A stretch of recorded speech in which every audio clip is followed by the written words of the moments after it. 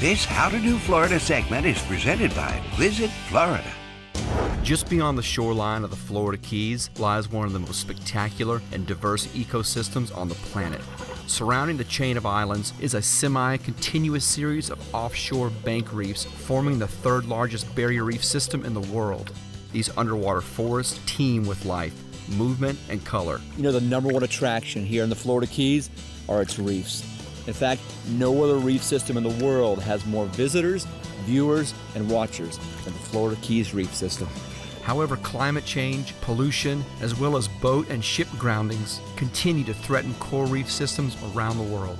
But thanks to the tireless dedication of the Coral Restoration Foundation, coral is now being farmed and transplanted to suffering reefs. This groundbreaking program was developed right here in our Florida Keys. We're driving across the famous overseas highway on our way to Key Largo, located about an hour south of Miami.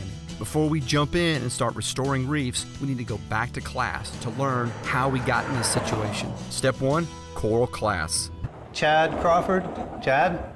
Did Chad come? Is Chad here anywhere? Right here, Ken. Right here. Oh, goodness well, gracious. you know, Oh my we've gosh. already gone You know over what? a few things. You were supposed to be here already. I'm sorry, man. I hit 3 manatee zones on the way here. The Coral Restoration founder and our teacher for the day is Ken Niedermeyer. To say Ken is a pioneer environmentalist is an understatement. In 2001, Ken began developing a systematic method for growing corals in an offshore nursery. Ken, along with his eager volunteers, have revitalized reefs by planting thousands of young corals throughout the Florida Keys.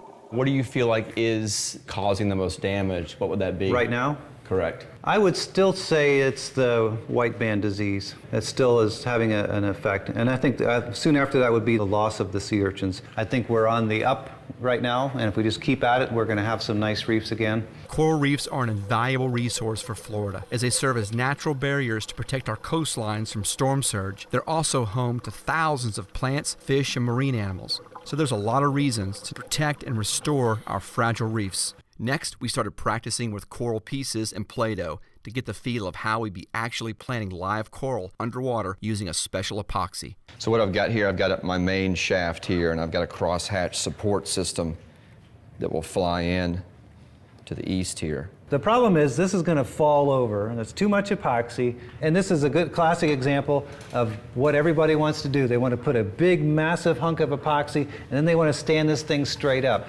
And it looks nice, it's though, going to right? fall. It looked It's really nice and good. That was very creative. And see now, there it goes. It's slowly falling. It is slowly falling. And you're right. It fell. so what we want to do, try to find 3 points that the coral can be, attached to. This tripod style is the sturdiest method for securing the coral to the reef. So we just finished the classroom portion and learned a lot. Step 2, farming coral.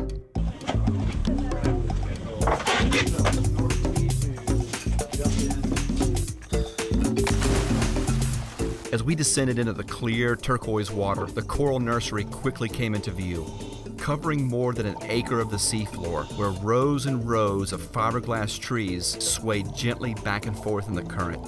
First things first, we harvested the coral we would be planting on the reef. Then we cut portions of the large coral into pieces and replanted or rehung them on the trees to begin the coral growing process all over. Amazingly, in as little as 6 to 9 months, these little ones will be ready to plant. By growing a variety of coral species, Ken is able to reproduce the biodiversity on the reefs that nature intended. So we just came from the farming site where we plucked coral from the sea, and now we're going to the restoration site where we're actually going to plant this coral on a coral reef. Pretty cool stuff. Every named reef in the Upper Keys is getting our corals this year, so it's pretty exciting to finally be able to do it at this scale. This man can grow some coral. Step 3, planting the coral. Molasses Reef off Key Largo is spectacular. With a mix of colorful tropical fish, sponges, and corals, it's a healthy and diverse ecosystem brimming with life.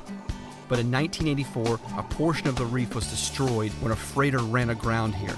If not for transplanted coral, the future of this reef would not be as bright as it is today. It was time to put my newly learned skills to the test and become part of the hundreds of volunteers who brought portions of Molasses Reef back from devastation. Trying to work while the current pushed me around took a little getting used to, but in no time, I was a coral planting machine. Ken took me to another nearby site him and his team planted over a year ago. If Ken hadn't told me it was planted coral, I would have never have known. I was amazed at how well established the coral looked, and the newly planted area was full of marine life. Florida gives us so much, so it was an honor to have the opportunity to give a little back to her. There are only a handful of people in Florida who are taking bold strides to impact our priceless natural resources. And I can say without a doubt, I got to hang out with one today. Ken, you're a Florida hero. Arr! Volunteering to restore a coral reef may be one of the best ways to do Florida. To learn how to be a part of the coral restoration movement, go to our website at howtodoflorida.com. This How to Do Florida segment was presented by Visit Florida.